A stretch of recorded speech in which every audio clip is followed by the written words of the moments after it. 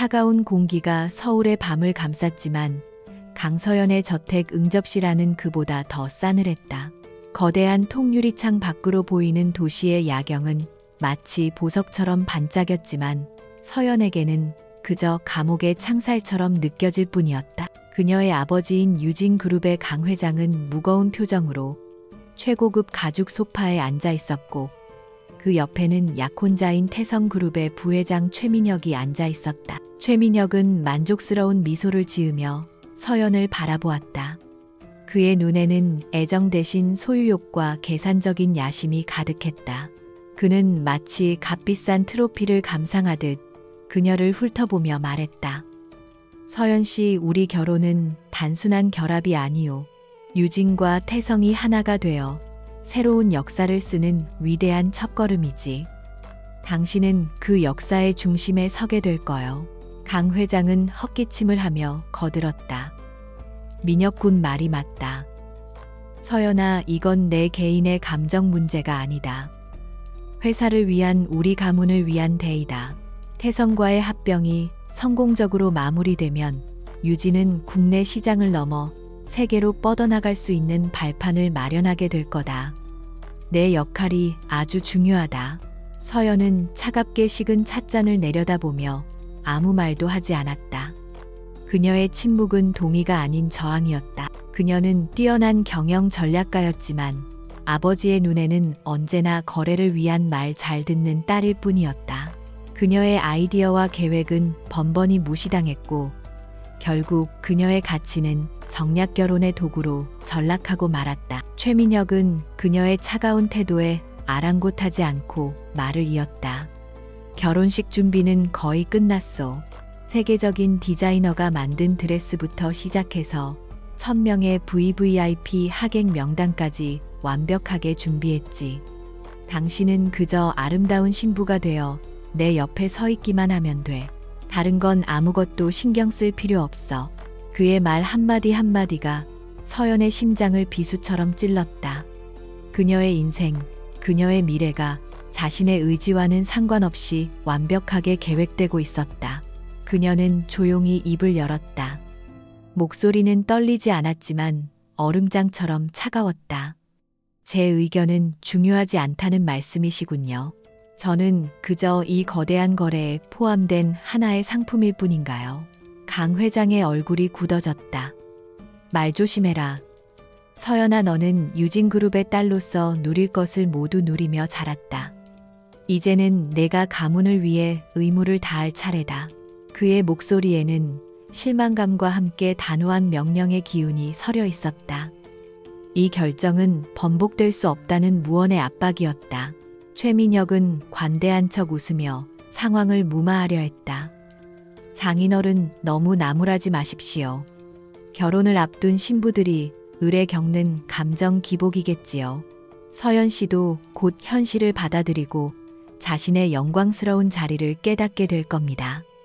그는 서연의 어깨에 손을 올리려 했지만 서연은 자신도 모르게 몸을 피했다.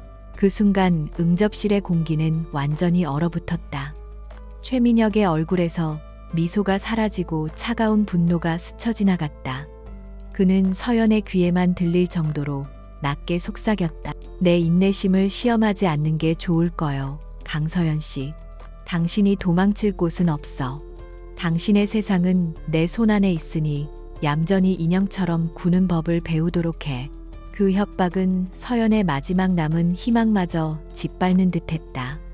하지만 그의 오만함은 오히려 서연의 마음속에 숨겨져 있던 불씨를 되살렸다. 그녀는 더 이상 순종적인 딸, 아름다운 인형으로 살 수 없었다. 그녀는 고개를 들어 두 남자를 차례로 바라보았다. 그녀의 눈빛은 더 이상 슬픔이나 절망이 아닌 차갑고 결연한 의지로 불타고 있었다. 그날 밤 서연은 자신의 방으로 돌아와 문을 잠갔다. 그녀의 방은 세상 모든 소녀가 꿈꿀 법한 호화로움으로 가득했지만 지금은 황금으로 만든 새 장에 불과했다. 그녀는 침대 밑에 숨겨두었던 작은 배낭을 꺼냈다. 그 안에는 약간의 현금 위조 신분증, 그리고 그녀가 몇 년간 비밀리에 모아온 비자금 계좌 정보가 담긴 USB가 들어있었다. 그녀는 오랫동안 이 순간을 막연하게 상상해왔다. 아버지의 압박이 극에 달했을 때, 혹은 도저히 감당할 수 없는 상황이 닥쳤을 때를 대비한 비상계획이었다. 하지만 최민혁이라는 남자의 등장은 그 막연한 계획을 현실로 만들었다. 그녀는 그의 손에 자신의 인생을 송두리째 넘겨줄 수 없었다. 그녀는 자신의 능력으로, 자신의 의지로 살아가고 싶었다. 서연은 익숙한 옷들을 벗어 던지고 평범한 청바지와 검은색 후드티로 갈아입었다. 화장대 위에 놓인 수많은 보석들을 마지막으로 한번 쳐다본 뒤 그녀는 미련 없이 등을 돌렸다. 저택의 보안 시스템은 철저했지만 그녀는 설계자의 딸이었다. 그녀는 시스템의 허점과 경비원들의 교대 시간을 완벽하게 꿰고 있었다. 시계가 새벽 2시를 가리키자 서연은 조용히 방문을 열었다. 고양이처럼 소리 없이 복도를 지나 비상계단으로 향했다. 심장이 미친 듯이 뛰었지만 그녀의 발걸음은 한치의 망설임도 없었다. 1층에 도달한 그녀는 정문 대신 정원 쪽으로 통하는 작은 쪽문을 이용했다. 감시 카메라의 사각지대를 따라 움직이는 그녀의 모습은 훈련받은 요원처럼 민첩했다. 마침내 저택의 높은 담벼락 끝에 다다른 그녀는 미리 준비해둔 소형 절단기로 철조망의 일부를 잘라냈다. 좁은 틈으로 몸을 빠져나온 순간 비로소 그녀는 자유의 공기를 마실 수 있었다. 뒤를 돌아보자 거대한 저택이 어둠 속에서 그녀를 비웃는 괴물처럼 서 있었다. 서연은 짧은 순간 작별을 고하고 어둠 속으로 몸을 던졌다. 그녀는 미리 불러둔 대포차에 올라탔다. 차는 즉시 번화가를 여러 번 돌며 혹시 모를 미행을 따돌린 뒤 서울의 가장 낮고 허름한 동네 중 하나인 신림동의 한 골목에 그녀를 내려주었다. 서연은 운전사에게 두둑한 현금을 건네고는 곧바로 어둠 속으로 사라졌다. 그녀의 새로운 삶이 시작될 장소는 바로 이곳이었다. 그녀가 구한 곳은 낡은 복도식 아파트의 작은 원룸이었다. 보증금 없이 월세만 내면 되는 신분을 묻지 않는 그런 곳이었다. 방 안에는 낡은 침대와 작은 책상이 전부였지만 서연에게는 세상 그 어떤 곳보다 안전한 피난처였다. 그녀는 창밖으로 보이는 도시의 소박한 불빛을 보며 처음으로 안도의 한숨을 내쉬었다. 다음 날 아침 서연은 어색한 차림으로 동네 마트를 찾았다. 생필품 몇 가지를 사서 돌아오던 길 그녀는 아파트 입구에서 한 남자와 마주쳤다. 그는 양손 가득 장을 본 비닐봉지를 들고 있었는데 그중 하나가 터지면서 주황색 귤들이 와르르 바닥으로 쏟아졌다. 남자는 당황하며 허둥지둥 귤을 주워 담기 시작했다. 그의 모습은 어딘가 모르게 엉성하고 촌스러웠다. 뿔테 안경에 며칠은 입은 듯한 늘어난 티셔츠, 그리고 어수룩한 표정까지. 서연은 자신도 모르게 걸음을 멈추고 그를 도왔다. 괜찮으세요? 그녀가 굴러가는 귤 하나를 집어 건네자 남자는 고개를 들었다. 그는 놀란 듯 눈을 동그랗게 뜨고 서연을 바라보았다. 아, 네, 고맙습니다. 제가 좀 칠칠치 못해서. 그는 멋쩍게 웃으며 머리를 극적였다. 그의 이름은 이진우. 서연의 바로 옆집에 사는 남자였다. 서연은 그저 가벼운 목례만 하고 자신의 집으로 들어가려 했다. 새로운 곳에서는 최대한 다른 사람의 눈에 띄지 않는 것이 상책이었다. 그렇게 며칠이 흘렀다. 서연은 조용히 자신의 은신처에서 지내며 바깥 세상의 동태를 살폈다. 예상대로 그녀의 실종은 강 회장과 최민혁을 분노하게 만들었다. 언론에는 보도되지 않았지만 물밑에서는 유진과 태성의 모든 인력이 동원되어 그녀를 찾고 있었다. 서연은 해킹을 통해 그들의 움직임을 파악하며 불안한 하루하루를 보냈다. 그러던 어느 날 저녁 서연은 창밖을 내다보다가 심장이 멎는 듯한 충격을 받았다. 아파트 입구의 낯익은 검은색 세단 몇 대가 멈춰서고 그 안에서 최민혁의 비서와 건장한 남자들이 내리는 것이 보였다. 어떻게 이곳을 알아냈는지 알 수 없었지만 이제 도망칠 시간조차 없었다. 그들은 건물의 모든 출입구를 막고 층마다 수색을 시작할 기세였다. 서연의 머릿속이 하얘졌다. 이제 모든 것이 끝났다고 생각하는 순간 옆집 문이 열리고 이진우가 쓰레기를 버리러 나왔다. 그는 복도 끝에서 수군거리는 검은 양복의 남자들을 보고는 어리둥절한 표정을 지었다. 그 순간 서연의 머릿속에 번개처럼 하나의 생각이 스쳐 지나갔다. 그것은 미친 짓이었고 성공 확률도 희박한 도박이었다. 하지만 그녀에게는 다른 선택지가 없었다. 서연은 문을 박차고 나가 이진우의 팔을 붙잡았다. 그는 갑작스러운 상황에 놀라 딸꾹질까지 했다. 강서연 씨 무슨 일? 그의 말이 채 끝나기도 전에 서연은 그의 눈을 똑바로 바라보며 절박하게 말했다. 목소리는 미세하게 떨리고 있었다. 이진우 씨, 부탁이 있어요. 아주 황당하고 말도 안 되는 부탁이라는 거 알아요. 하지만 지금 저한테는 당신밖에 없어요. 그녀는 숨을 한번 고르고는 자신의 인생을 건 도박을 시작했다. 검은 양복의 남자들이 점점 가까워져 오는 소리가 들렸다.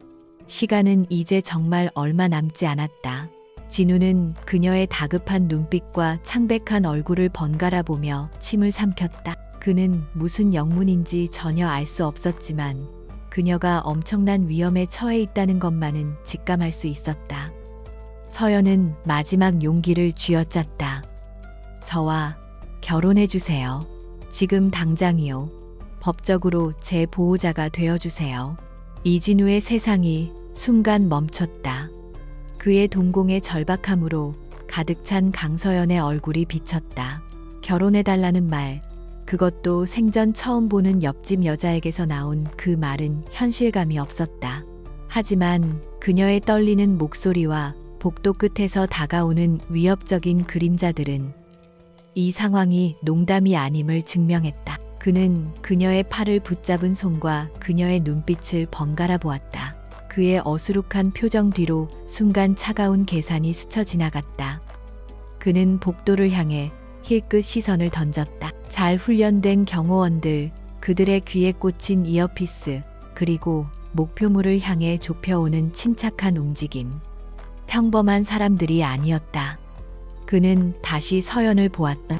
그녀는 재벌가의 딸이었고 지금은 쫓기는 신세였다. 그의 평온한 일상을 뒤흔들 수 있는 위험한 변수였다. 하지만 그의 눈에 비친 것은 위험뿐만이 아니었다. 절망 속에서도 꺼지지 않는 그녀의 강인한 눈빛, 모든 것을 잃을 각오를 한 사람의 결단력이 보였다. 잠시 동안의 침묵이 흘렀다. 그 침묵 속에서 진우는 모든 경우의 수를 계산하는 듯했다. 마침내 그가 입을 열었을 때 그의 목소리는 놀라울 정도로 차분했다. 좋습니다. 서연은 자신의 귀를 의심했다. 너무나 쉽게 나온 승낙에 그녀는 잠시 할 말을 잃었다. 그가 조건을 묻거나 미친 사람 취급을 하거나 혹은 겁을 먹고 도망칠 것이라고 예상했다. 하지만 그는 그저 담담하게 동의했다. 최민혁의 부하들이 코너를 돌아 그들의 모습을 발견한 것은 바로 그때였다. 강서연 씨 여기 계셨군요. 진우는 서연을 자신의 등 뒤로 부드럽게 밀어넣고는 남자들을 향해 한 걸음 나섰다. 그는 여전히 어수룩한 미소를 띠고 있었다. 저기 실례지만 누구신데 제 약혼녀에게 함부로 말을 것입니까? 밤늦게 여러분이 몰려다니시니 좀 무섭네요. 그의 약혼녀라는 단어에 서연과 남자들의 얼굴이 동시에 굳어졌다. 비서로 보이는 남자가 앞으로 나서며 비웃었다. 약혼녀 이봐요 선생. 지금 무슨 잠꼬대 같은 소리를 하는 겁니까? 이분은 유진그룹의 강서연 상무님이시고 곧 태성그룹의 최민혁 부회장님과 결혼하실 몸입니다. 장난이 지나치시군요. 비키시죠. 그는 진우를 밀치려 했지만 진우는 꿈쩍도 하지 않았다. 진우는 주머니에서 낡은 지갑을 꺼내 주민등록증을 보여주었다. 이진우입니다. 그리고 여기 강서연 씨와는 내일 아침 바로 혼인신고를 할 예정입니다.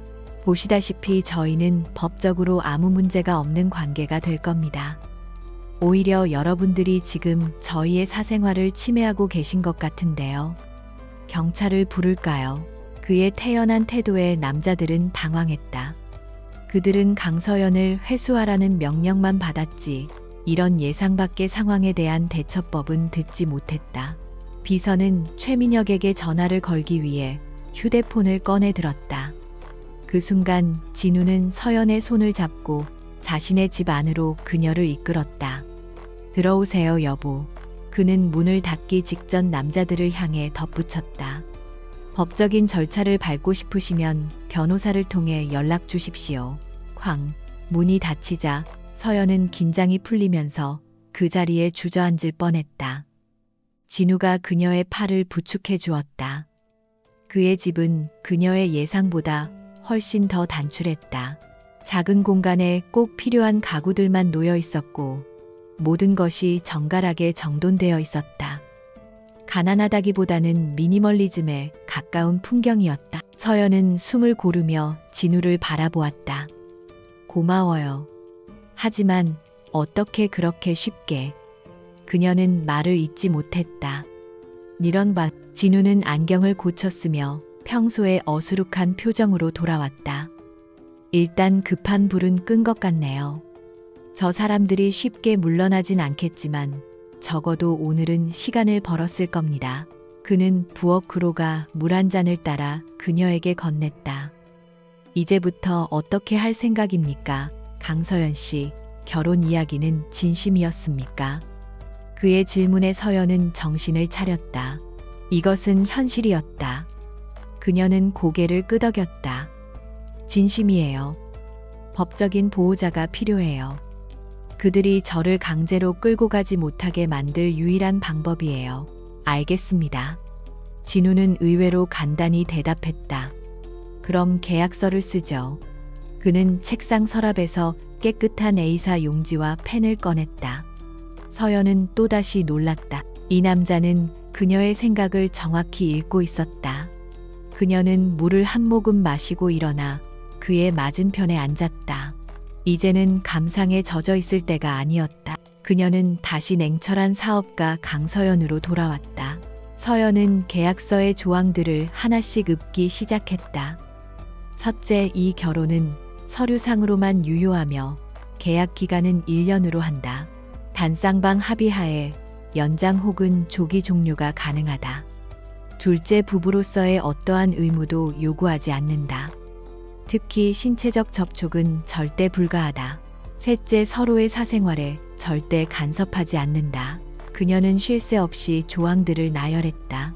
재산은 각자 관리하며 이 결혼으로 인해 발생하는 모든 비용은 서연이 부담하고 계약 종료 시 진우에게 충분한 보상을 한다는 내용까지 포함되었다. 그녀의 목소리는 침착했지만 그 내용은 그녀가 얼마나 절박한 상황인지를 역설적으로 보여주었다. 진우는 조용히 그녀의 말을 받아 적었다. 그의 글씨는 의외로 단정하고 힘이 있었다. 서연이 말을 마치자 그는 잠시 생각에 잠기더니 펜으로 한 조항을 추가했다. 제 조건은 하나입니다. 서연은 긴장하며 그를 바라보았다. 그가 무리한 금전적 요구를 할 수도 있다고 생각했다. 하지만 그의 요구는 너무나 뜻밖이었다. 일주일에 한 번 저녁은 꼭 함께 먹을 것다. 그때는 휴대폰이나 다른 전자기기는 사용하지 않는다. 서연은 어안이 벙벙했다. 수십억 원의 보상금 이야기가 오가는 마당에 고작 저녁 식사 한 끼라니 그게 전부인가요? 진우는 고개를 끄덕였다. 네, 그게 전부입니다. 한 집에 사는 사람들이 서로에 대해 최소한의 것은 알아야죠. 그래야 나중에 더 큰 문제가 생겼을 때 서로 도울 수 있지 않겠습니까? 그의 말은 지극히 합리적이었지만 서연은 어딘가 석연치 않음을 느꼈다. 이 남자는 보이는 것만큼 단순하지 않았다. 그렇게 그들의 기묘한 결혼 계약서는 완성되었다. 두 사람은 각자의 이름 옆에 서명을 하고 지장을 찍었다. 서류 한 장이 그들을 법적인 부부로 묶어주었다. 다음 날 아침 진우는 정말로 구청에 가서 혼인신고서를 제출했다. 이제 강서연은 법적으로 이진우의 아내가 되었고 최민혁이라도 함부로 그녀를 데려갈 수 없게 되었다. 그들의 어색한 동거 생활이 시작되었다. 서연은 진우의 집 거실에 임시로 머물게 되었다. 그녀는 평생을 살아온 저택과는 비교도 안 되는 좁은 공간에 적응해야 했다. 모든 것이 불편하고 낯설었다. 하지만 동시에 그녀는 묘한 해방감을 느꼈다. 누구의 감시도 기대도 없는 곳에서 오롯이 자신으로 존재할 수 있는 첫 경험이었다.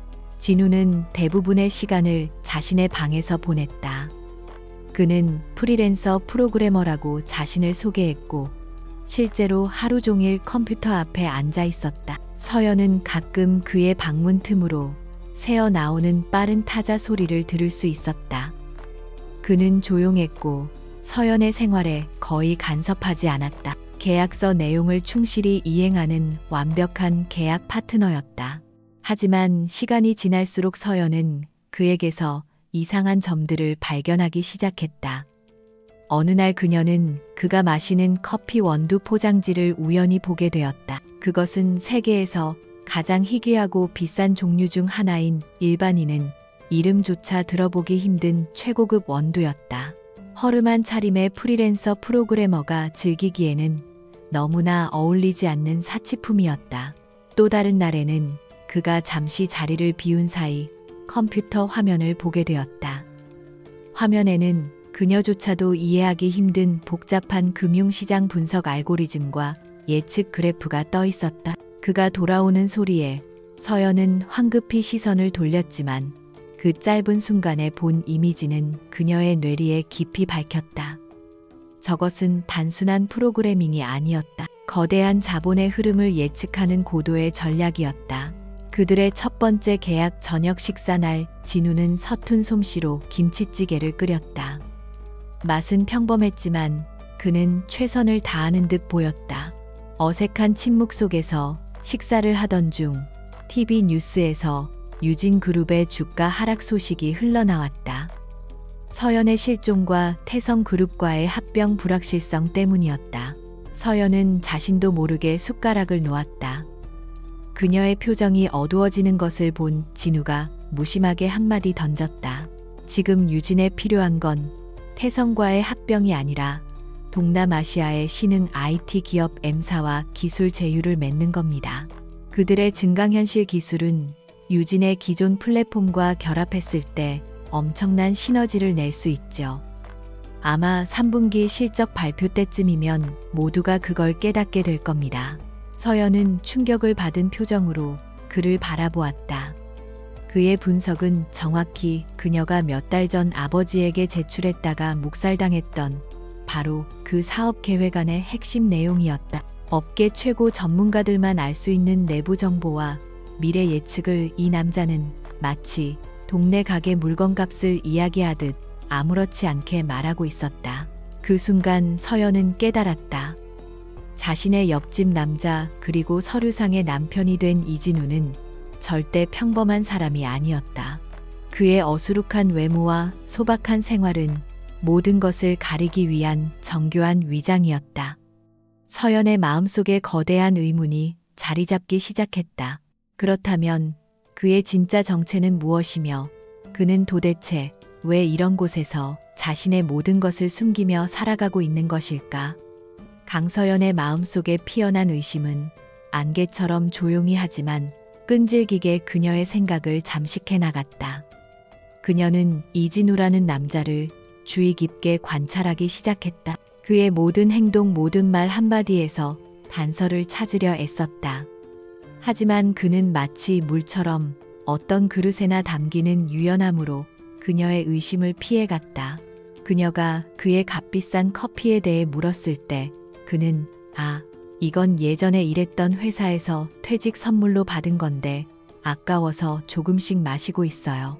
라며 천진하게 웃었다. 그녀가 컴퓨터 화면의 복잡한 알고리즘에 대해 지적했을 때 그는 게임 아이템 시세 예측 프로그램 같은 거예요. 소소한 용돈벌이죠. 라며 대수롭지 않게 넘겼다. 그의 대답은 언제나 완벽하게 평범해서 서연은 자신이 너무 예민하게 구는 것인지 혼란스러워졌다. 어쩌면 그는 정말로 우연히 똑똑한 구석이 있는 운이 좋은 평범한 남자일지도 모른다는 생각마저 들었다. 하지만 유진그룹의 미래에 대한 그의 날카로운 통찰력은 단순한 우연으로 치부하기엔 너무나도 정교했다.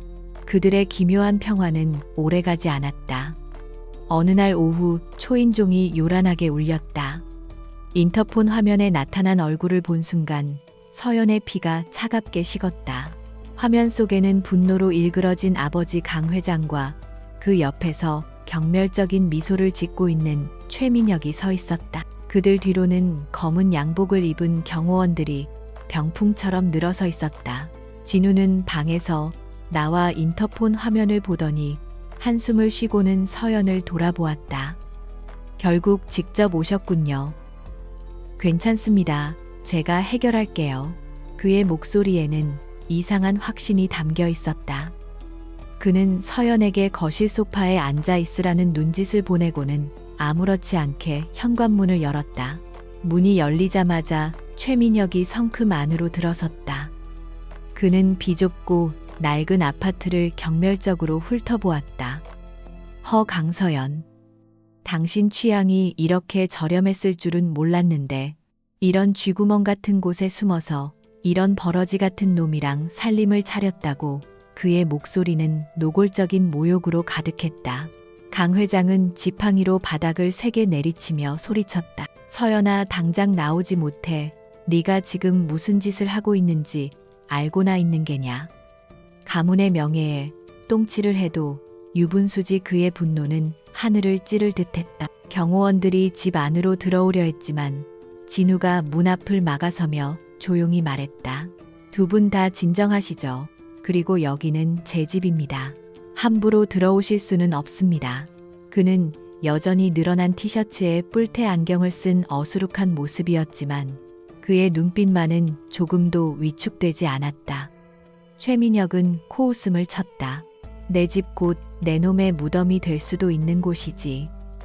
얼마면 돼? 이 결혼 없던 일로 하는데 얼마를 원하냐고. 1,000만 원 1억. 그는 수표책을 꺼내들며 진우를 금전으로 회유하려 했다. 그것은 그가 세상을 대하는 방식이었다. 돈으로 모든 것을 살 수 있고 사람의 가치 또한 돈으로 매길 수 있다는 오만한 믿음. 하지만 진우는 그 수표를 쳐다보지도 않았다. 대신 그는 강 회장을 똑바로 바라보았다. 강 회장님, 따님의 의사는 물어보셨습니까? 서연 씨는 성인이며 자신의 미래를 스스로 결정할 권리가 있습니다. 회장님의 뜻을 따르지 않는다고 해서 이렇게 폭력적인 방법으로 자유를 억압하는 것은 명백한 불법입니다. 그의 목소리는 부드러웠지만 그 안에는 강철 같은 단호함이 있었다. 최민혁은 진우의 멱살을 잡으려 했다. 이 건방진 놈이 누굴 가르치려 들어 하지만 그의 손이 진우에게 닿기 직전 진우는 아주 자연스러운 움직임으로 반 발짝 뒤로 물러나며 그의 손을 피했다. 동시에 그는 나지막이 말을 이었다. 최 부회장님, 지금 폭력을 사용하시면 상황은 더 복잡해집니다. 여기 복도에는 CCTV가 있고 소란을 들은 이웃들이 이미 경찰에 신고했을 수도 있습니다.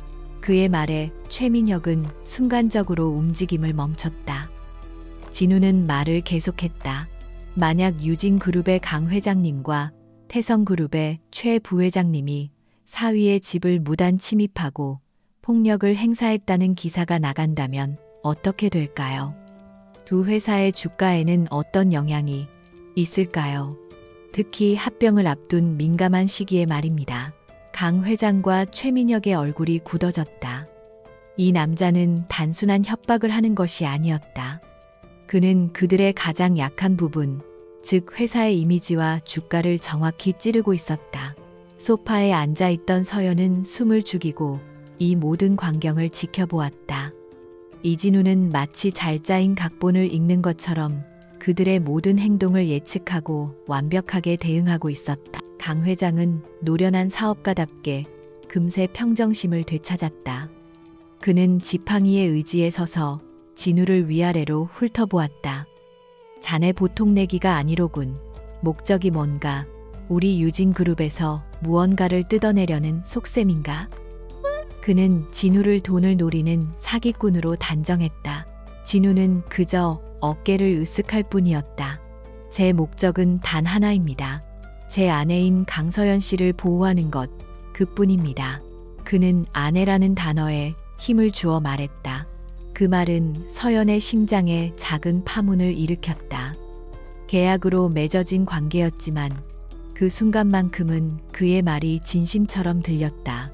상황이 교착 상태에 빠지자 진우는 결정적인 한 수를 던졌다. 그는 강 회장을 향해 마치 안부를 묻듯 무심하게 말했다. 그런데 회장님, 요즘 동남아시아 쪽 사업은 어떠십니까? 최근에 추진하시던 통신망 사업권 입찰 말입니다. 벤투스 캐피탈이라는 유령 회사를 조심하셔야 할 겁니다. 그들은 회장님이 생각하시는 그런 파트너가 아닐 텐데요. 그 말을 듣는 순간 강 회장의 얼굴에서 핏기가 사라졌다.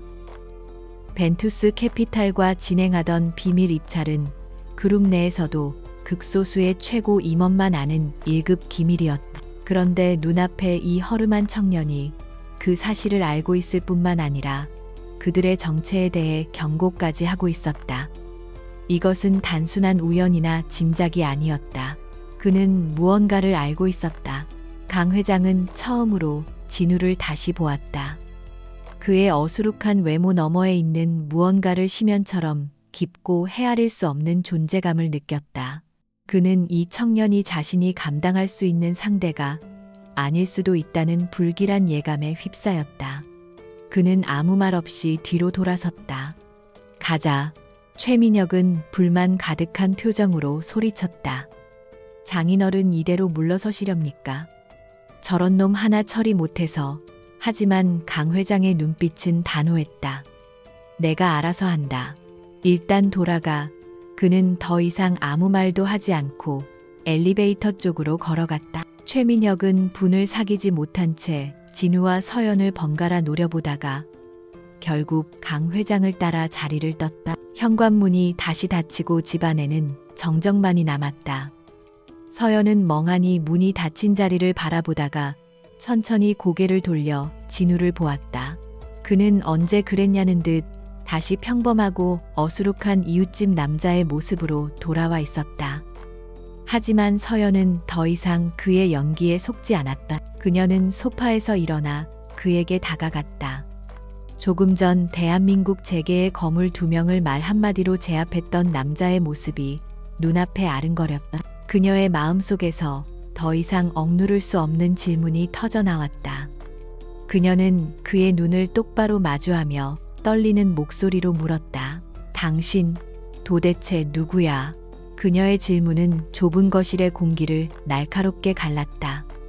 서연은 숨을 참은 채 이진우의 대답을 기다렸다. 그의 눈빛은 깊고 고요한 호수 같아서 그녀는 그 안에서 어떤 감정도 읽어낼 수 없었다. 평범한 뿔테 안경 너머로 그의 진짜 모습이 무엇일지 가늠하려 애썼지만 그는 여전히 수수께끼에 쌓여 있었다. 진우는 잠시 침묵을 지키다가 희미한 미소를 지었다. 그것은 상대를 안심시키려는 듯한 부드러운 미소였다. 저는 당신과 계약을 맺은 사람입니다. 강서연 씨. 당신을 보호하겠다고 약속했죠. 지금은 그것만으로는 부족한가요? 그의 대답은 질문을 교묘하게 비껴가면서도 묘한 신뢰감을 주는 이상한 힘이 있었다. 서연은 그의 대답에 만족할 수 없었다. 하지만 그녀는 더 이상 묻지 않았다. 그가 스스로 밝힐 생각이 없다면 캐물어도 소용없을 것이라는 것을 알았다. 대신 그녀는 자신의 방식으로 답을 찾기로 결심했다. 이 남자의 정체를 반드시 밝혀내겠다고 그녀는 속으로 다짐했다. 그날 이후 그들 사이에는 보이지 않는 팽팽한 긴장감이 흘렀다.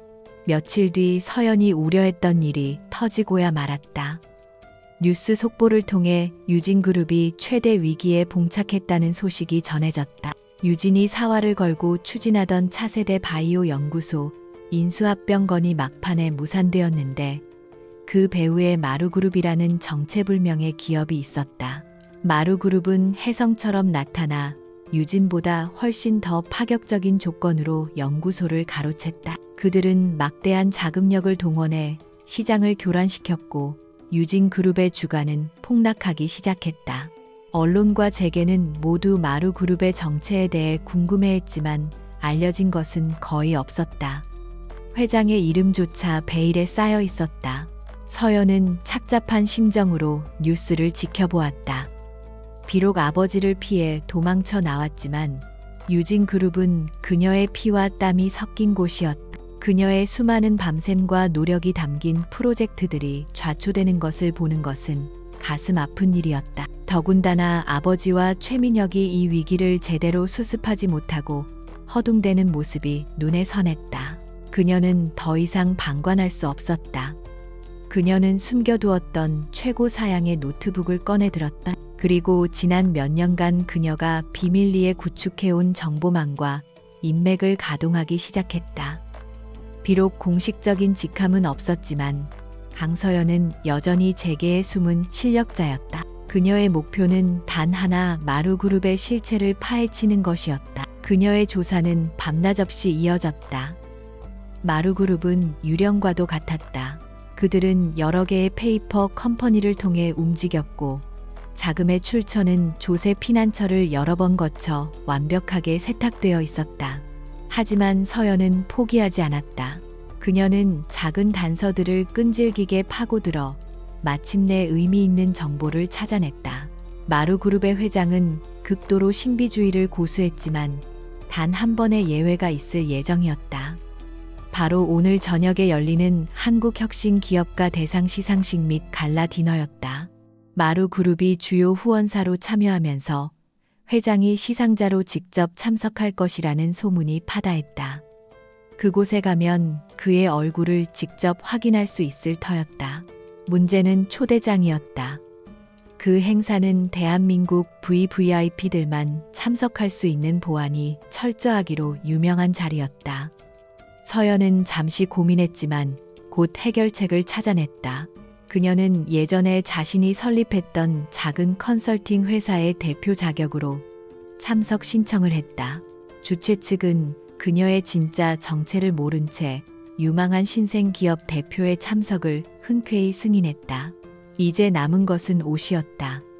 그녀의 배낭에는 청바지와 티셔츠뿐이었다. 그녀는 할 수 없이 가지고 있던 비상금의 상당 부분을 털어 눈에 띄지 않으면서도 품격 있는 검은색 드레스 한 벌과 가면, 무도회에나 어울릴 법한 작은 가면을 샀다. 혹시라도 아는 사람을 마주칠 경우를 대비한 최소한의 장치였다.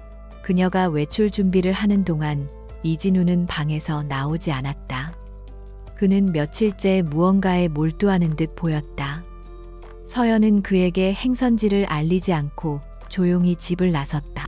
오늘 밤 어쩌면 그녀는 마루그룹의 회장뿐만 아니라 이진우의 정체에 대한 실마리도 찾을 수 있을지 모른다는 예감이 들었다.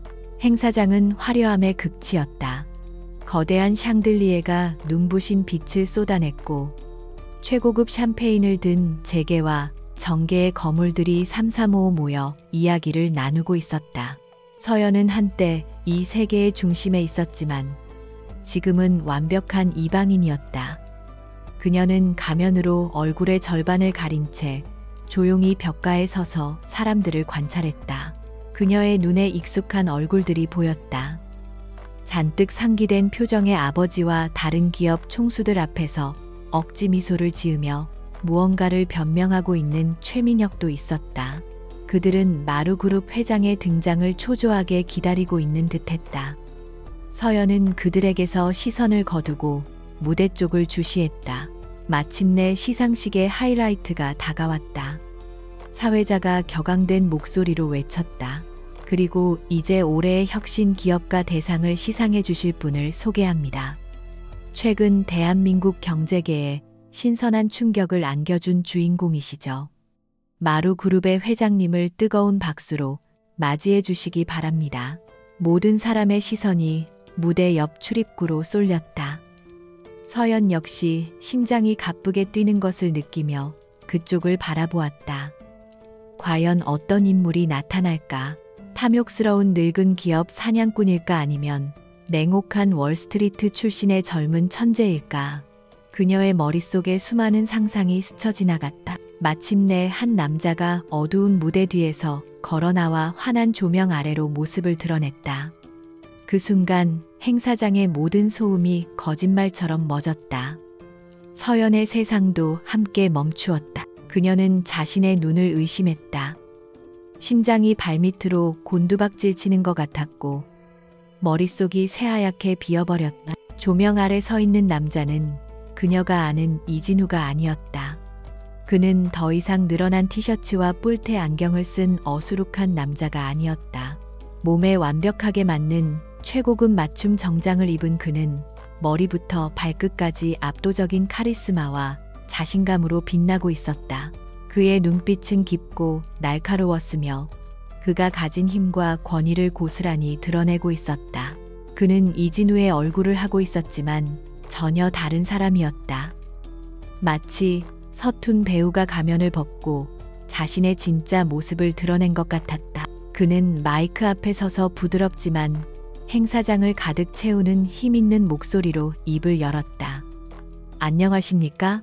마루그룹 회장 이진우입니다. 장내에 있던 모든 사람들이 충격에 휩싸였다. 그 누구도 이렇게 젊고 이렇게 알려지지 않은 인물이 대한민국 재계를 뒤흔든 마루의 수장일 것이라고는 상상하지 못했다. 특히 강 회장과 최민혁의 얼굴은 경악과 불신으로 하얗게 질려 있었다. 그들이 쥐구멍 속 버러지라고 모욕했던 남자가 바로 자신들의 숨통을 조여오던 거대 기업의 회장이었던 것이다. 하지만 그 누구의 충격도 강서연의 것과 비교할 수는 없었다. 그녀는 벽에 몸을 기댄 채 간신히 서 있었다. 배신감, 혼란, 분노, 그리고 정체를 알 수 없는 슬픔이 한꺼번에 몰아쳤다. 그녀를 보호해주겠다던 남자, 그녀와 계약 결혼을 한 남자, 그녀가 조금씩 마음을 열 뻔했던 그 남자가 사실은 그녀의 가족을 위협하는 가장 거대한 적이었다. 연설을 마친 이진우는 단상을 내려왔다. 수많은 사람들이 그에게 몰려들어 인사를 건네려 했지만 그의 시선은 오직 한 곳을 향하고 있었다. 그는 인파를 뚫고 가면을 쓴 채 얼어붙어 있는 서연을 향해 똑바로 걸어왔다. 마침내 그는 그녀의 앞에 멈춰섰다. 그들의 눈이 허공에서 마주쳤다. 그의 눈빛에는 수만 가지의 감정이 담겨 있었지만 서연은 그 어떤 것도 읽어낼 수 없었다. 그녀의 세상이 송두리째 무너져 내리고 있었다. 이진우는 강서연의 창백한 얼굴과 흔들리는 눈동자를 마주했다. 주위의 모든 소음과 사람들의 수군거림이 멀게만 느껴졌다. 그는 아무 말 없이 그녀의 손목을 부드럽게 잡았다. 그의 손길은 따뜻하고 단단했다. 서연은 반사적으로 손을 뿌리치려 했지만 알 수 없는 힘에 이끌려 그대로 멈춰섰다. 여기서 이야기할 순 없습니다. 저를 따라오세요. 그의 목소리는 더 이상 어수룩한 옆집 남자의 것이 아니었다. 낮고 차분했지만 거부할 수 없는 힘이 담겨 있었다. 그는 그녀를 이끌고 수많은 사람들의 호기심 어린 시선을 뒤로 한 채 행사장 구석의 비상계단을 통해 옥상 정원으로 향했다. 차가운 밤 공기가 두 사람을 감쌌다. 서울의 화려한 야경이 발밑으로 펼쳐졌지만 서연에게는 아무것도 눈에 들어오지 않았다. 그녀는 그의 손을 뿌리치고 몇 걸음 물러섰다. 그리고 마침내 참아왔던 감정을 터뜨렸다. 이게 다 뭐죠? 마루그룹 회장, 이 모든 게 당신이 꾸민 연극이었나요? 저를 속이고 제 옆에서 저를 감시하고 대체 목적이 뭐였어요? 그녀의 목소리에는 분노와 함께 깊은 배신감이 서려 있었다. 가장 안전하다고 믿었던 피난처가, 가장 믿음직하다고 생각했던 동맹이 사실은 가장 거대한 기만이었다는 사실에 그녀는 온몸이 떨렸다.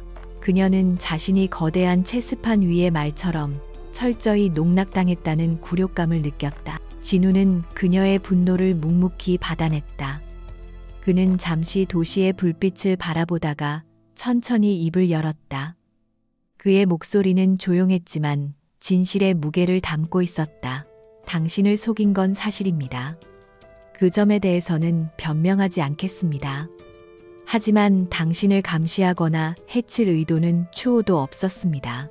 그는 서연에게 한 걸음 다가섰다. 내 진짜 이름은 이진우가 맞습니다. 하지만 대한민국 사람들이 아는 이름은 따로 있죠. 선양그룹의 막내 아들 이진혁, 그게 세상이 저에게 붙인 이름입니다. 선양그룹. 그 이름이 나오자 서연은 숨을 멈췄다. 선양은 유진이나 태성보다 훨씬 더 거대한 대한민국 경제계의 정점에 있는 재벌가였다. 저는 당신과 똑같았습니다. 강서연 씨, 그의 목소리에 씁쓸한 자조가 섞였다. 가문이 정해준 길 원하지 않는 정략 결혼, 숨막히는 황금 세장. 저는 그 모든 것에서 벗어나고 싶었습니다. 그래서 몇 년 전 모든 것을 버리고 세상에서 사라졌죠. 이진우라는 이름으로 아무것도 아닌 사람으로 살기 위해서. 그의 고백은 충격적이었다. 서연은 자신과 너무나도 닮은 그의 운명에 잠시 할 말을 잃었다. 그 역시 그녀처럼 거대한 운명에서 벗어나기 위해 발버둥 쳤던 것이다. 진우는 말을 이었다. 마루그룹은 제가 온전히 제 힘으로 제 이름으로 일군 회사입니다. 선양의 그늘에서 벗어나 제 능력을 증명하고 싶었습니다. 그런데 왜 하필 저였죠? 왜 저와 결혼한 겁니까? 서연이 가장 궁금했던 질문을 던졌다. 진우는 그녀의 눈을 똑바로 바라보았다. 최민혁 때문입니다. 그는 예전부터 업계에서 더러운 수법을 쓰기로 유명한 인물이었습니다. 그가 태성을 등에 업고 유진을 집어삼키려는 것을 알게 되었죠. 그리고 그 계획의 희생양이 바로 당신이었고요. 그의 설명은 서연의 머릿속에 흩어져 있던 퍼즐 조각들을 맞춰주었다. 처음 당신이 결혼해달라고 했을 때 저는 당신에게서 과거의 제 모습을 보았습니다. 절박하고 도망칠 곳 없는. 그래서 당신을 돕고 싶었고 동시에 최민혁의 계획을 망쳐놓을 기회라고 생각했습니다. 그것은 충동이었고 또한 전략이었습니다. 모든 진실이 밝혀지자 서연의 마음속에서 들끓던 분노가 조금씩 가라앉기 시작했다. 그 자리에는 복잡하고 미묘한 감정들이 차올랐다. 그가 자신을 이용한 것은 사실이었지만 그 결과적으로 그녀는 최민혁에게서 벗어날 수 있었다. 그는 기만자인 동시에 역설적으로 그녀의 유일한 구원자이기도 했다. 서연은 혼란스러운 머리를 정리하려 했었다. 그럼 이제 어떻게 할 생각이죠? 유진그룹을 무너뜨리고 아버지와 저를 길거리에 나앉게 만들 건가요? 그게 당신의 복수인가요? 그녀의 목소리는 이제 분노가 아닌 불안감을 담고 있었다. 진우는 고개를 저었다. 아니요. 제 목표는 유진그룹을 파괴하는 것이 아닙니다.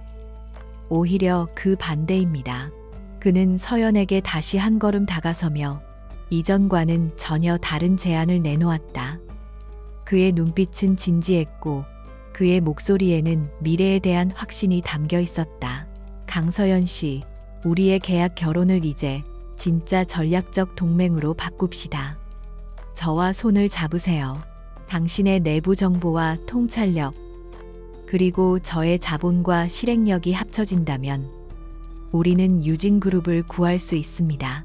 최민혁과 당신 아버지의 낡은 세력을 몰아내고 당신이 언제나 꿈꿔왔던 진짜 유진그룹을 당신 손으로 만들 기회를 주겠습니다. 그의 제안은 대담하고 거부하기 힘든 유혹이었다. 그것은 단순한 구원이 아니라 그녀에게 칼자루를 쥐어주겠다는 약속이었다. 그녀가 언제나 원했지만 가질 수 없었던 것 바로 자신의 능력을 마음껏 펼칠 기회였다. 서연은 오랫동안 그를 바라보았다. 그의 눈에서 거짓이나 속임수는 보이지 않았다. 오랜 침묵 끝에 서연은 마침내 결심을 굳혔다. 그녀는 그를 향해 손을 내밀었다. 좋아요. 당신과 손을 잡겠어요. 하지만 이건 비즈니스입니다. 우리의 목표가 달성되면 우리의 동맹과 계약 결혼은 모두 끝나는 겁니다. 그녀의 목소리는 차갑고 사무적이었지만 그와 맞잡은 손에서는 미세한 떨림이 전해져 왔다. 진우는 그녀의 손을 단단히 잡았다. 물론입니다. 그의 입가에 희미한 미소가 떠올랐다. 그렇게 대한민국 재계의 가장 기묘하고 비밀스러운 동맹이 서울의 야경이 내려다 보이는 어느 빌딩 옥상에서 조용히 맺어졌다. 그날 이후 그들의 낡은 아파트는 세상에서 가장 은밀한 전쟁 지휘 본부가 되었다. 거실의 작은 탁자 위에는 유진과 태성의 재무제표, MA 관련 서류, 그리고 복잡한 지분 구조 분석 자료들이 가득 펼쳐졌다. 낮에는 어수룩한 프로그래머와 평범한 주부로 위장한 채 밤이 되면 그들은 대한민국 재계를 뒤흔들 계획을 세우는 치밀한 전략가로 변신했다. 그들의 협업은 놀라울 정도로 잘 맞았다. 서연이 유진그룹의 내부적인 약점과 숨겨진 문제점들을 지적하면 진우는 그것을 파고들 외부적인 공격 루트와 해결책을 즉시 제시했다. 그들의 대화는 군더더기 없이 핵심을 찔렀고 서로의 능력을 존중하는 가운데 시너지를 만들어냈다. 서연은 진우의 새로운 모습을 보며 여러 번 놀랐다. 그는 단순한 자본가가 아니었다. 시장의 흐름을 읽는 통찰력 위기 속에서도 평정을 잃지 않는 대담함 그리고 상대를 꿰뚫어보는 날카로운 분석력까지 그는 완벽한 지휘관이었다. 서연은 자신도 모르게 그런 그의 모습에 빠져들고 있음을 느꼈다. 어느 날 밤 새벽까지 이어지는 회의에 지친 서연이 소파에서 깜빡 잠이 들었다. 잠시 뒤 그녀는 어깨 위로 따뜻한 담요가 덮어지는 것을 느꼈다. 실눈을 뜨자 진우가 조용히 그녀의 곁에 앉아 노트북으로 무언가를 작업하는 모습이 보였다. 그의 옆 얼굴에 스탠드에 부드러운 불빛이 비쳤다. X4. 그 순간 서연은 그가 더 이상 차가운 전략 파트너가 아닌 한 명의 남자로 느껴졌다. 심장이 예고 없이 쿵하고 내려앉았다. 강서연과 이진우의 반격은 조용하지만 맹렬하게 시작되었다. 그들의 첫 번째 목표는 최민혁이 유진그룹을 압박하기 위해 사용하고 있던 자금줄을 차단하는 것이었다. 최민혁은 여러 개의 해외 펀드를 통해 비밀리에 유진의 주식을 사들이고 있었는데 서연은 내부 정보를 통해 그 펀드들의 실체가 태성그룹의 비자금과 연결되어 있다는 사실을 알아냈다. 진우는 마루그룹의 막강한 자금력을 이용하여 국제금융시장의 교란 작전을 펼쳤다. 그는 태성이 투자한 다른 종목들에 동시다발적으로 공매도를 실행하여 태성의 주가를 폭락시켰다. 갑작스러운 위기에 직면한 최민혁은 유진 주식을 매입하던 자금을 회수하여 자사 주가 방어에 투입할 수밖에 없었다. 그의 공격적인 M&A 시도가 처음으로 주춤하는 순간이었다. 최민혁은 이 모든 공격의 배후에 마루그룹 즉 이진우가 있다는 사실을 깨닫고 분노했다. 그는 자신이 쥐구멍 속 버러지라고 무시했던 남자에게 뒤통수를 맞았다는 사실에 치를 떨었다. 그는 더 이상 합법적인 방법만으로는 승산이 없다고 판단하고 비열한 수단을 동원하기 시작했다. 며칠 뒤 인터넷 언론사를 통해 마루그룹에 대한 악의적인 기사들이 쏟아져 나오기 시작했다. 마루그룹이 사실은 해외의 불법 도박 자금으로 세워진 회사이며 이진우 회장의 학력과 경력이 모두 위조되었다는 내용이었다. 기사는 자극적이었고 순식간에 퍼져나가 마루그룹의 이미지에 심각한 타격을 입혔다. 서연은 기사들의 출처를 역추적했다. 예상대로 그 배후에는 태성그룹의 홍보팀과 그들이 고용한 사이버 레카들이 있었다. 그녀는 진우에게 즉각적인 반박 기사를 내고 법적 대응을 해야 한다고 주장했다. 하지만 진우는 의외로 침착했다. 그는 모니터에 떠있는 수많은 악성 기사들을 보며 말했다. 괜찮습니다.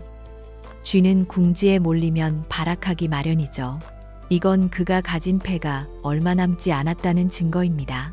그는 반박하는 대신 더 큰 그림을 그리고 있었다. 그는 서연에게 유진그룹 내부의 비리 자료들을 모아달라고 부탁했다. 특히 아버지인 강 회장이 최민혁의 압박에 못 이겨 승인해준 태성그룹에 일방적으로 유리한 계약서들을 집중적으로 찾아달라고 했다. 서연은 그의 의도를 정확히 파악하고 자신의 예전 비서라인을 통해 비밀리에 자료를 수집하기 시작했다. 며칠 후 서연은 마침내 결정적인 증거를 손에 넣었다. 그것은 태성그룹이 유진그룹의 신기술을 헐값에 넘겨받는 불공정 기술 이전 계약서의 원본 파일이었다. 계약서에는 강 회장의 직인뿐만 아니라 이 계약을 성사시키기 위해 최민혁이 강 회장에게 거액의 뇌물을 건넸다는 정황이 담긴 메모까지 포함되어 있었다. 모든 준비는 끝났다. 결전의 날은 유진그룹의 임시 주주총회일로 정해졌다. 최민혁은 이날 자신을 지지하는 주주들을 동원하여 강 회장을 회장직에서 몰아내고 자신이 추천하는 허수아비 인사를 앉힌 뒤 사실상 유진그룹을 장악할 계획이었다. 그는 승리를 확신하고 있었다. 주주총회장은 팽팽한 긴장감으로 가득했다. 강 회장은 초조한 기색이 역력했고 최민혁은 승자의 여유로운 미소를 띤 채 앉아 있었다. 안건이 상정되고 최민혁 측의 인사가 단상에 올라 강 회장의 경영 실패를 신랄하게 비판하며 해임안을 발의했다. 장내는 순식간에 최민혁 지지파의 함성으로 가득 찼다. 바로 그 순간 총회장의 뒷문이 열리고 두 사람이 들어섰다. 바로 강서연과 이진우였다. 모든 사람들의 시선이 그들에게 쏠렸다. 강 회장은 딸의 등장에 경악했고 최민혁의 얼굴에서는 미소가 사라졌다. 서연은 위임장을 통해 자신의 모든 의결권을 이진우에게 일임한 상태였다. 마루그룹은 이미 시장에서 유진의 주식을 상당량 매집하여 무시할 수 없는 주요 주주가 되어 있었다. 이진우는 성큼성큼 단상으로 걸어 올라갔다. 그는 마이크를 잡고 총회장을 둘러보았다. 그의 침착하고 힘있는 목소리가 장내에 울려 퍼졌다. 여러분, 지금 유진그룹의 위기는 경영 실패 때문이 아닙니다. 바로 저기 앉아있는 태성그룹의 최민혁 부회장 같은 약탈자 때문입니다. 그는 준비해온 자료들을 대형 스크린에 띄웠다.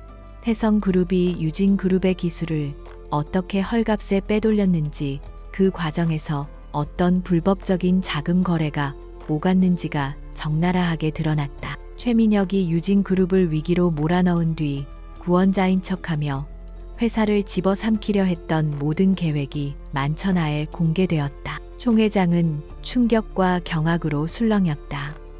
최민혁은 얼굴이 하얗게 질린 채 소리쳤다. 거짓말이다. 저건 모두 조작된 자료야. 하지만 그의 발악은 공허한 외침일 뿐이었다. 이진우는 결정적인 한 방을 날렸다. 그가 공개한 마지막 자료는 최민혁과 강 회장 사이의 뇌물 거래를 증명하는 녹취 파일이었다. 모든 것이 끝났다. 강 회장은 그 자리에 주저앉았고 최민혁은 보안 요원들에게 끌려나갔다. 주주총회는 이진우의 제안에 따라 강 회장의 해임안을 가결하고 동시에 강서연을 유진그룹의 비상대책위원장으로 선임하는 안건을 만장일치로 통과시켰다. 수년간 아버지의 그늘에 가려져 있던 그녀가 마침내 자신의 능력으로 그룹의 정상에 서게 되는 순간이었다. 모든 소동이 끝난 뒤 텅 빈 총회장에 서연과 진우 단둘만이 남았다. 서연은 복잡한 감정으로 자신을 도와준 남자 이진우를 바라보았다. 그의 도움이 없었다면 불가능한 일이었다. 그녀는 진심을 담아 말했다. 고마워요. 당신 덕분이에요. 진우는 부드럽게 미소 지었다. 이건 시작일 뿐입니다. 강 위원장님. 이제부터 당신의 진짜 능력을 세상에 보여줄 시간입니다. 그의 말에 서연은 가슴 벅찬 감동을 느꼈다. 그는 그녀의 가능성을 믿어준 최초의 사람이었다. 그들은 나란히 총회장을 걸어 나왔다. 수많은 카메라 플래시가 그들을 향해 터졌다. 기자들이 질문을 쏟아냈지만 두 사람은 아무 말 없이 서로를 바라보았다. 그들의 눈빛 속에는 더 이상 계약 파트너로서의 계산이 아닌 함께 역경을 헤쳐나온 동지로서의 깊은 신뢰와 이해가 담겨 있었다. 그리고 그 신뢰의 밑바닥에서는 두 사람 모두 애써 외면하고 있던 새로운 감정이 조용히 싹트고 있었다. 전쟁은 끝났지만 그들의 진짜 이야기는 이제 막 시작되고 있었다. 유진그룹의 새로운 시대는 강서연의 이름으로 시작되었다. 비상대책위원장이 된 그녀는 마치 오랫동안 준비된 지휘관처럼 망설임 없이 그룹의 개혁을 이끌었다. 그녀의 첫 번째 조치는 태성그룹과의 모든 불공정 계약을 파기하고 그동안 입은 손해에 대한 법적 소송을 제기하는 것이었다. 그것은 과거와의 완전한 단절을 선언하는 신호탄이었다. 그녀는 아버지와 최민혁의 그늘 아래에서 억압받았던 유능한 인재들을 다시 불러 모았다. 사장될 뻔했던 혁신적인 R&D 프로젝트들을 되살리고 과감한 투자를 통해 회사의 미래 성장 동력을 확보했다. 그녀의 결정은 신속하고 정확했으며 모든 과정은 투명하게 공개되었다. 직원들은 비전 있는 리더의 등장에 환호했고 시장은 유진그룹의 변화에 긍정적인 신호를 보냈다. 그 사이 세상은 빠르게 변하고 있었다. 최민혁과 태성그룹은 불법적인 M&A 시도와 뇌물 공여 주가 조작 등의 혐의로 검찰의 대대적인 수사를 받게 되었다. 한때 재계의 총아로 불렸던 그의 몰락은 시간 문제였다. 아버지 강 회장은 모든 직위에서 물러나 자택에 칩거했다. 한 시대가 그렇게 막을 내리고 있었다. 이진우는 약속대로 한 걸음 뒤로 물러나 있었다. 그는 마루그룹의 회장으로서 유진그룹의 든든한 파트너가 되어 주었지만 서연의 경영에는 일절 간섭하지 않았다. 그는 그녀가 스스로의 힘으로 일어서고 자신의 능력을 세상에 증명할 수 있도록 묵묵히 지켜보았다.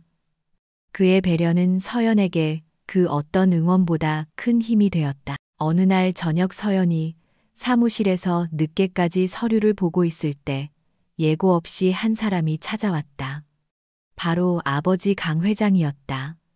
몇 주 사이에 그는 눈에 띄게 늙어 보였다. 한때 세상을 호령하던 카리스마는 사라지고 평범한 늙은이의 쓸쓸함만이 남아 있었다. 두 사람 사이에는 어색한 침묵이 흘렀다. 먼저 입을 연 것은 강 회장이었다. 네가 일하는 모습을 처음 보는 것 같구나. 그의 목소리는 힘이 없었다. 그는 딸의 사무실을 천천히 둘러보았다. 그곳에는 그의 흔적이 아닌 온전히 강서연의 색깔로 가득 차 있었다. 그는 깊은 한숨을 내쉬었다. 내가 틀렸다. 그의 짧은 한마디에는 수만 가지의 의미가 담겨 있었다. 그것은 단순히 정략 결혼에 대한 사과가 아니었다. 딸의 능력을 믿어주지 못했던 그녀를 독립된 인격체가 아닌 소유물로 여겼던 자신의 어리석은 과거 전체에 대한 참회였다. 유진은 이제 내 것이다. 네가 알아서 잘 이끌어가다오. 서연은 아무 말 없이 아버지에게 따뜻한 차 한 잔을 건넸다. 완전한 용서는 아니었지만 새로운 시작을 위한 이해의 첫걸음이었다. 아버지가 돌아간 뒤 서연은 오랫동안 창밖을 바라보았다. 길고 길었던 싸움이 드디어 끝났음을 실감했다. 이제 그녀의 발목을 잡고 있던 모든 족쇄가 사라졌다. 그날 밤 그녀는 낡은 아파트로 돌아왔다. 이 모든 폭풍이 시작되었던 곳, 이제는 너무나 익숙해진 그 공간에 들어서자 거실 테이블 위에 놓인 낡은 서류 봉투 하나가 눈에 띄었다.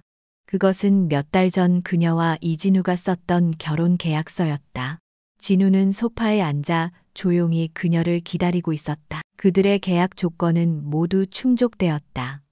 서연은 이제 안전했고 그녀를 위협하던 적들은 모두 사라졌다. 계약서의 마지막 조항에 따르면 그들은 이제 이 결혼을 끝내고 각자의 길을 가면 그만이었다.